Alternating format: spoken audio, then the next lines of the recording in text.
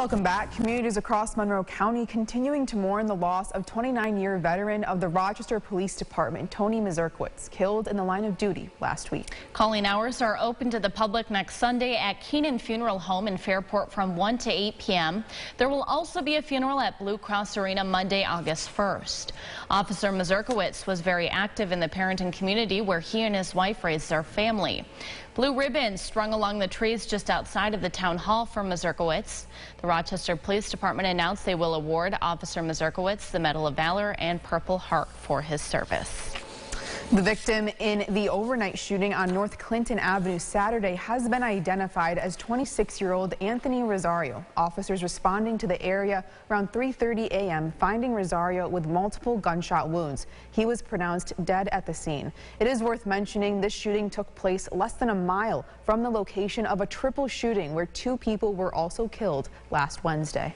Meanwhile, the victim killed in Sunday's shooting on Lyle Avenue, identified as 36-year-old Derek Taylor. Rochester police say this is the 44th homicide of the year. Police responding to the 400 block of Lyle Ave around 1:30 Sunday morning where they found the victim. He was transported to Strong Memorial Hospital where he was pronounced dead.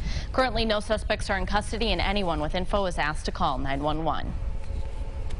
And just before 11 o'clock last night, an officer reportedly hearing the sounds of gunshots on the 300 block of Sherman Street. According to the officer, evidence of gunfire was on scene as well as bullet strikes to a residence. Inside the residence were 2 adults who reside there. Neither were harmed and the incident is still under investigation. Well, Monday afternoon, police tell us the 30-year-old Rochester man was shot and left in critical condition. Nearby, 2 vehicles were involved in a car accident. Now, this occurred in the area of Hudson Ave near Kazuko Street just after 3. We are told someone who may have been involved was found in a nearby apartment. That person, a 37-year-old man, was taken to the hospital with serious injuries. Police say his injuries likely stem from that car accident. Details are limited as police continue to investigate. When more information is available, we'll be sure to update you at rochesterfirst.com. And Rochester Mayor Malik Evans responding to violence over the weekend, reminding both businesses and residents of the state of emergency signed last week. Evans calling the homicides over the weekend, quote, a result of stupidity. This after it was discovered that both incidents reportedly took place following disputes. When asked about the state of emergency, Evans issued a warning to business owners that the city will take action if they discover a business is operating in a problematic way. Now for the latest on the worldwide monkeypox outbreak. Health officials struggling with how to contain the monkeypox outbreak spreading worldwide. The World Health Organization calling monkeypox a public health emergency of international concern. The World Health Organization says that while in the U.S., the White House COVID response coordinator says the administration is looking at possibly declaring monkeypox an emergency, but in the United States, they have not gotten there yet. Locally now with monkeypox, Monroe County is continuing to investigate a few cases of monkeypox in the area. The Department of Health also launching monkeypox vaccine clinics. Appointments are required, and for those who qualify, all vaccines have been accounted for at this point, with a small amount held for those considered to be close contacts. Monroe County Public Health Commissioner Dr. Michael Mendoza emphasizing this is not cause for public concern. All right, let's check in with James Gilbert now. James, still sitting at 55 degrees. Lots of people heading out the door right now, and they're going to feel such a relief from the last few days. Yeah, you guys see me shuffle out of the studio there for just a second. Were you just going outside to get some fresh air? Yeah, I went outside just to see what it was like, and it is so nice. Hard to underestimate. Now, I was outside for maybe 60 seconds, and I'm wearing a jacket, as you can see. It's almost a long sleeve type of morning. Yeah. That kind of chill in the air. Which I think is certainly refreshing. An easy running forecast, I think, or a walk or a dog walk or maybe even a bike ride. Really just a nice chill to start off the day.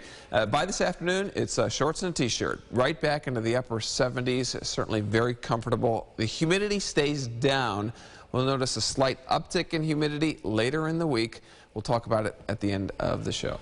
Good news in our forecast, good news on the roads, no traffic, no accidents either. 390, 490, 590 are clear. And on the statewide level, Governor Kathy Hochul announcing nearly $70 million in federal COVID relief funds going to child care programs across the state. Some experts believe making child care more affordable will also help in solving worker shortages. Nearly 2 million women have left the workforce during the pandemic to take care of their children.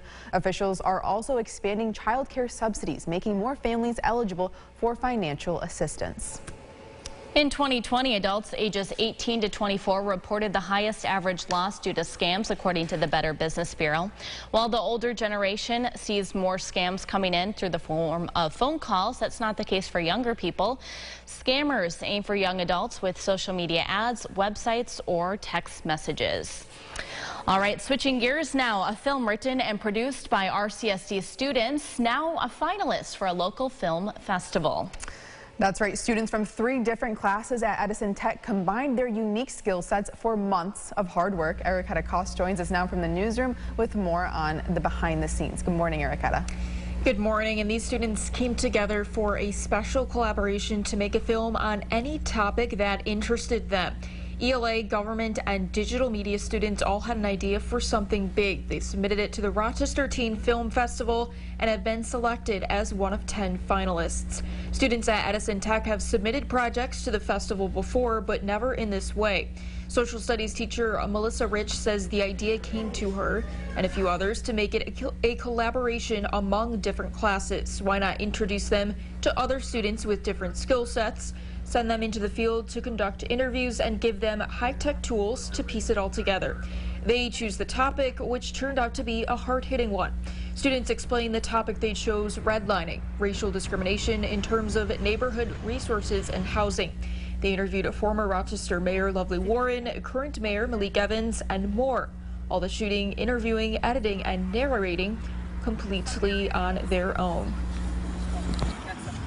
I just love photography and videography. It's really my thing. Just seeing visions of the city and what could fit within the story that we were trying to tell. We're making a change in some way because we're young, doing things for the city. Really just giving everyone the basis for, the history of Rochester, how we kind of look and feel the way that we do, the roots of where those come from. Very nice story there. These teachers tell me they couldn't do it without some special grant money and support from the district. Rich says both the collaboration and real-world experience is something she wants to see change the future of education.